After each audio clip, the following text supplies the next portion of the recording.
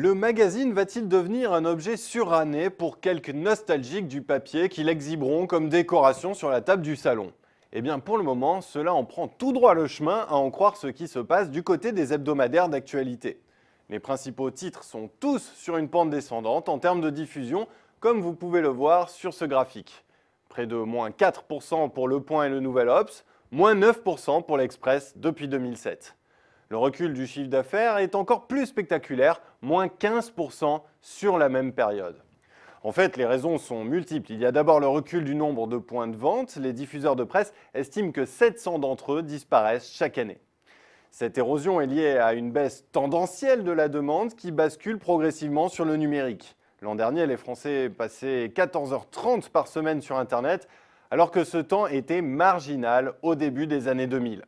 Mais le numérique n'explique pas tout. Il y a aussi un moindre intérêt pour la politique, locomotive éditoriale des hebdos.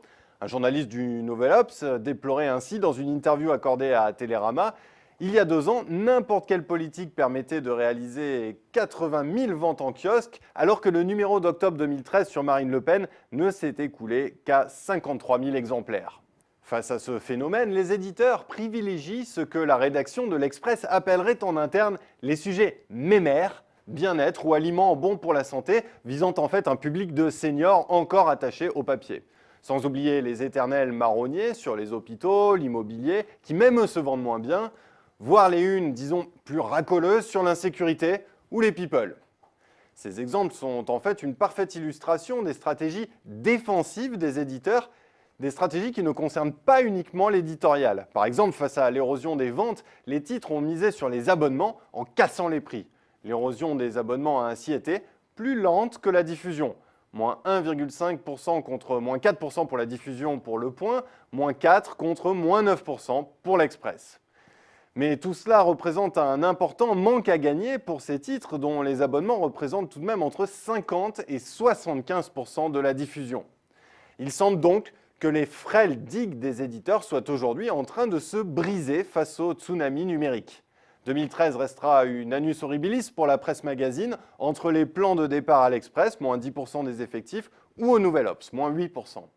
Encore un coup de canif dans la marque de ces hebdomadaires, marque qui a déjà pâti des choix éditoriaux évoqués précédemment.